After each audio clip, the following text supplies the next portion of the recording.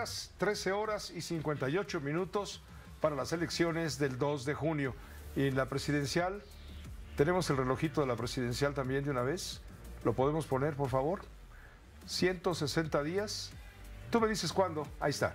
160 días, 5 horas, 57 minutos, 57 segundos. Es lo que le resta, porque hay que ser precisos, concisos y macizos. Vámonos directamente con la información importante. Finalmente, el Senado aprobó el Fondo de Pensiones para el Bienestar. Esto ya fue enviado al Senado desde anoche. Maru Rojas, te escuchamos. La proponente, presidenta de la Comisión de Seguridad Social, morenista Ivonne Cisneros, aclaró la única buena noticia dentro de lo ilegal.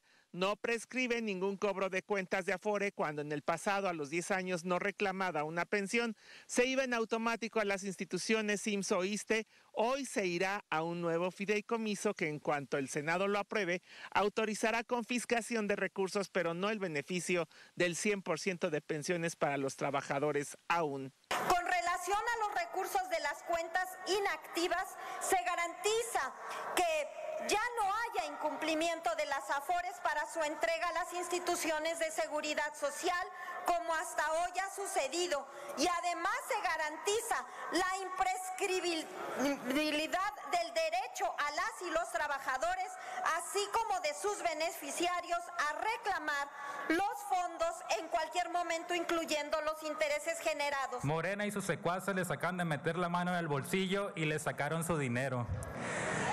Pero tienen razón, no hacen las cosas a lo pendejo, hacen puras pendejadas. Pero más vergüenza le debería de dar defender a lo pendejo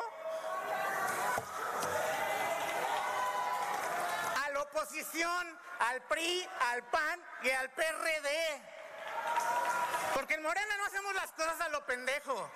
La única manta desplegada, la única bancada para defender. En la lente, Miguel Ángel Brígido. Para Grupo Fórmula, María Eugenia Rojas. Así se las gastan, gracias Maru, así se las gastan diputados, diputadas y diputades en la Cámara anoche cuando discutieron todo el tema que finalmente terminó aprobándose desde luego en lo general y también, claro, en los puntos particulares. Ya va al Senado de la República para ser discutido.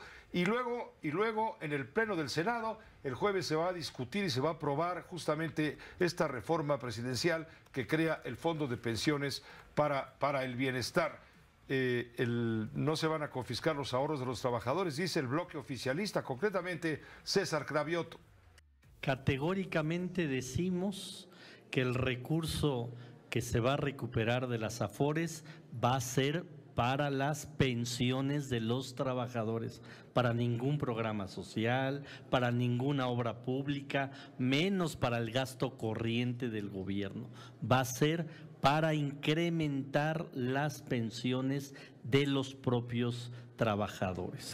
Sobre esto, el presidente de la República también dijo concretamente que él teme quizá esta iniciativa, esta creación de la nueva ley o el nuevo fondo para las pensiones del bienestar sea declarada inconstitucional gracias a una acción de los partidos de oposición. Sara Pablo, estamos contigo. Buena tarde.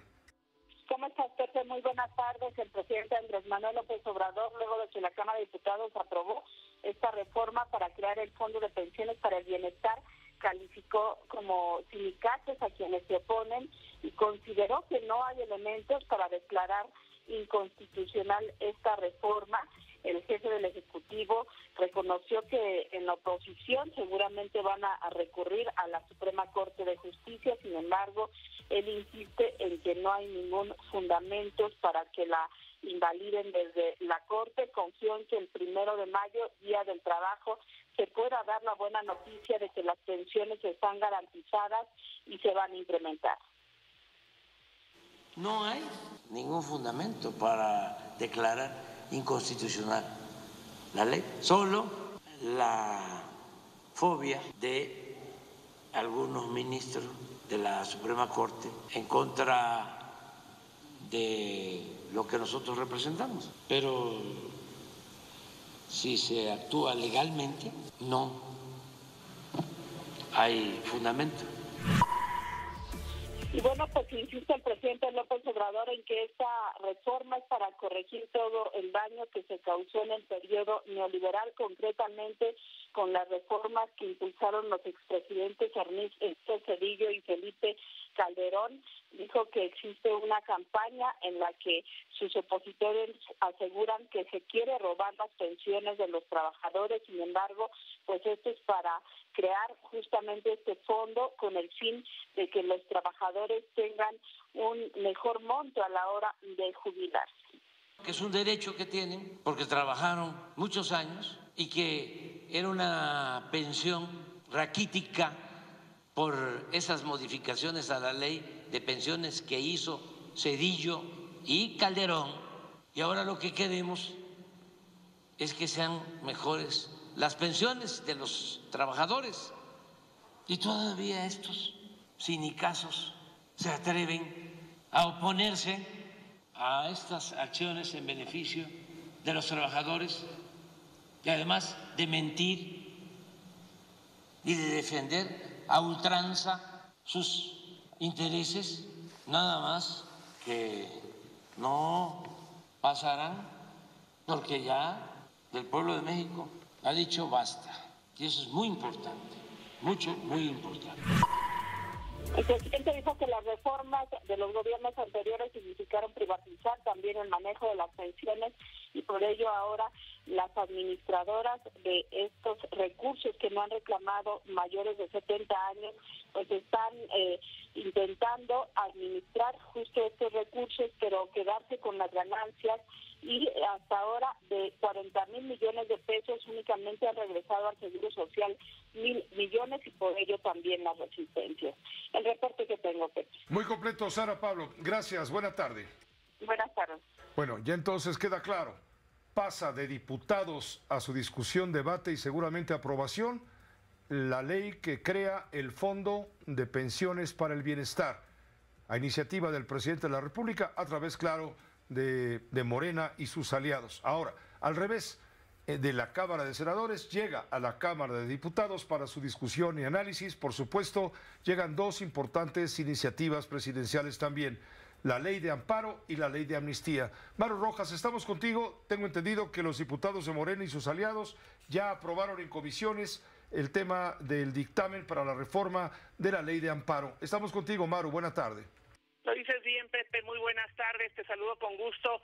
En el mismo sentido de mayoriteo que hemos visto a lo largo de las dos últimas legislaturas, someterse a votación de los diputados federales integrantes de la Comisión de Justicia, estas minutas enviadas del Senado no se les cambia ni una sola coma a las reformas, a las leyes de amparo y amnistía. De nada sirvió la unidad conformada por los legisladores del Frente Amplio, PRI, PAN y PRD, sumados con Movimiento Ciudadano, que exigían sacar la votación de estos dictámenes y realizar esto que dices tú, más análisis, más discusión. Es la secretaria de esta comisión, la priista Sue Ellen Bernal.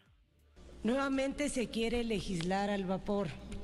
Nuevamente no hacemos un análisis serio de lo que se está proponiendo. Esto pone en riesgo nuestro sistema de justicia, el propio acceso a la justicia de las y los ciudadanos, y me parece que es sumamente importante que lo tomemos con la seriedad que corresponde. En el grupo parlamentario del PRI queremos proponer que se abran parlamentos abiertos para tratar este tema. Claro que hay cosas que siempre lo hemos dicho pueden ser perfectibles, y en el tema de derechos humanos todavía más, pero no podemos violentar también los derechos de las víctimas por caprichos presidenciales. Sí, Maru, adelante. Bueno, creo que se cortó la comunicación con Maru Rojas. El caso es que van a empezar a discutir los señores legisladores en la Cámara de Diputados justamente estas reformas a los artículos 129 y 148 de la Ley de Amparo. Maru, se había cortado la llamada. Termina tu nota, por favor. Juan Ramiro Robledo de Morena dijo que es el plan B contra el Poder Judicial. De lo que se trata es de poner un freno a este desmedido poder que pretenden jueces y magistrados. Es una visión distinta de país. La ley sí es la ley, pero lo importante es quien la interpreta, así lo dijo. Llegado al caso de interpretar la ley y la Constitución exactamente al contrario de lo que dice la ley y la Constitución. Han llegado a sostener que existe una Constitución arriba de esta Constitución escrita y que son los principios que vienen de esa tesis que se llama constitucionalismo nuevo, el constitucionalismo latinoamericano, en donde tribunales extraordinarios o extranacionales al país dictan criterios que nosotros tenemos que obedecer aún por encima de la Constitución.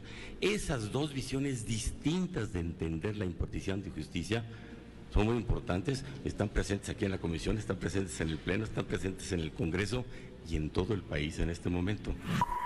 Ya se le dio publicidad en el Pleno en Fast Track, solo para eso fue la sesión en el Pleno el día de hoy, para darle publicidad y que sea legal mañana su votación. Vamos a estar pendientes. El periodo ordinario culmina el próximo martes, quieren sesionar mañana, el jueves, lunes y martes. Ciertamente el tiempo apremia. Gracias, Maru, pendientes. Estamos pendientes, buenas tardes. Estamos pendientes. ¿Qué dice el presidente de la República a todo esto, Oscar?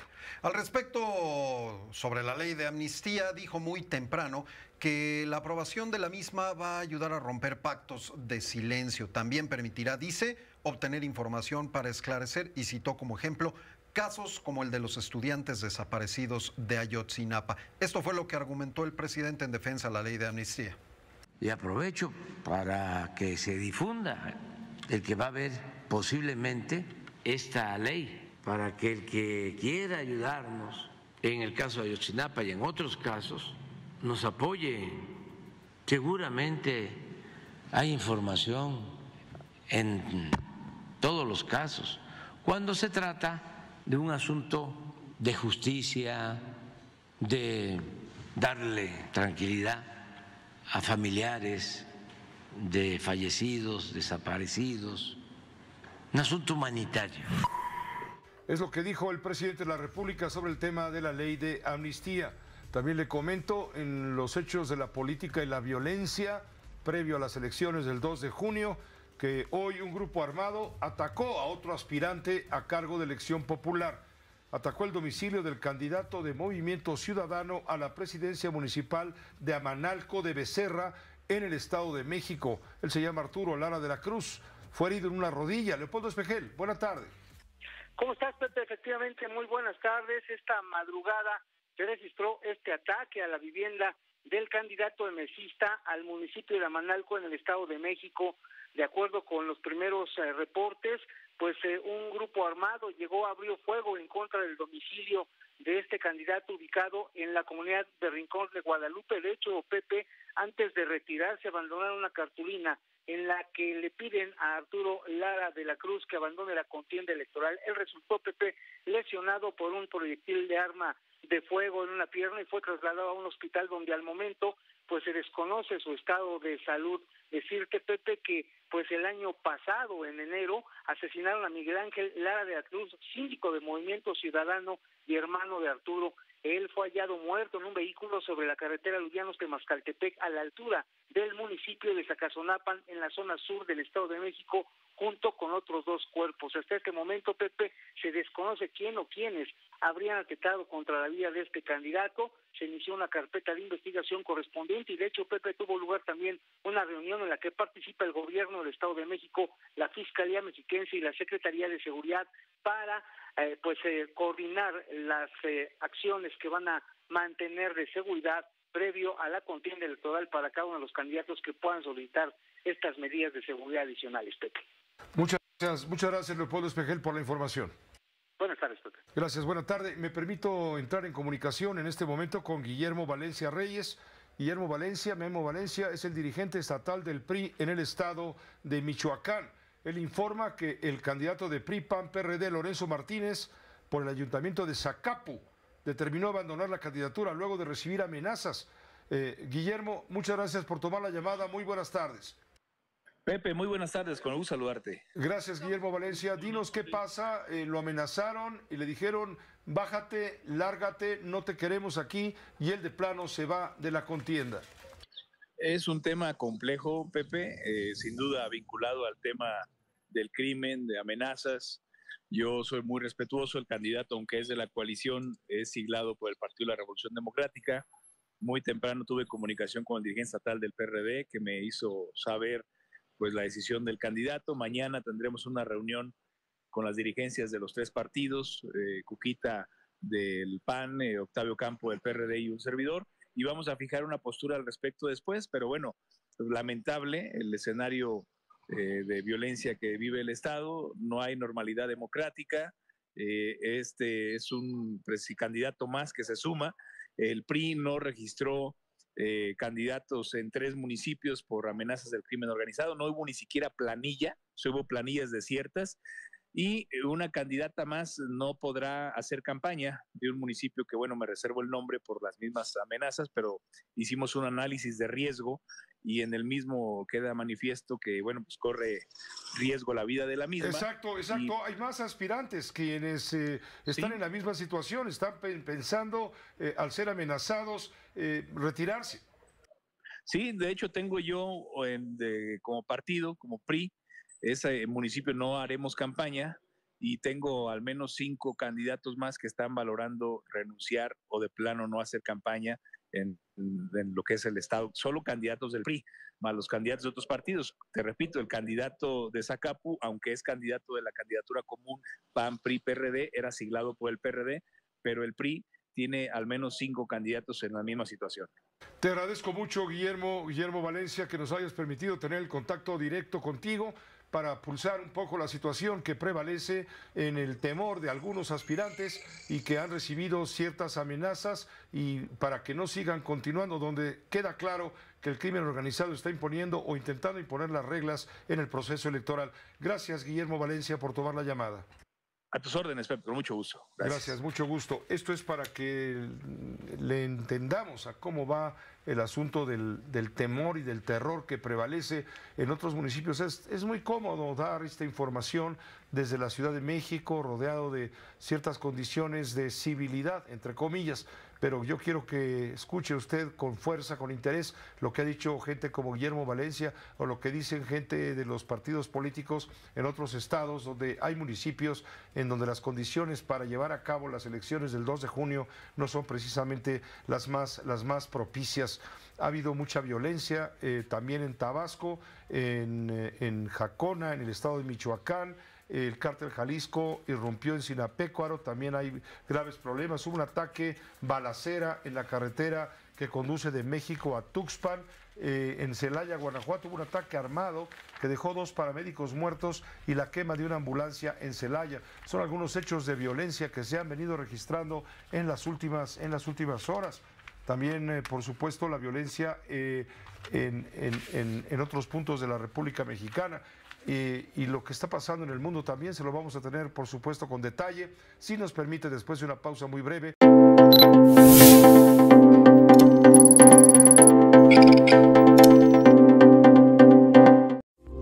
Esta fue una producción de Grupo Fórmula. Encuentra más contenido como este en radioformula.mx.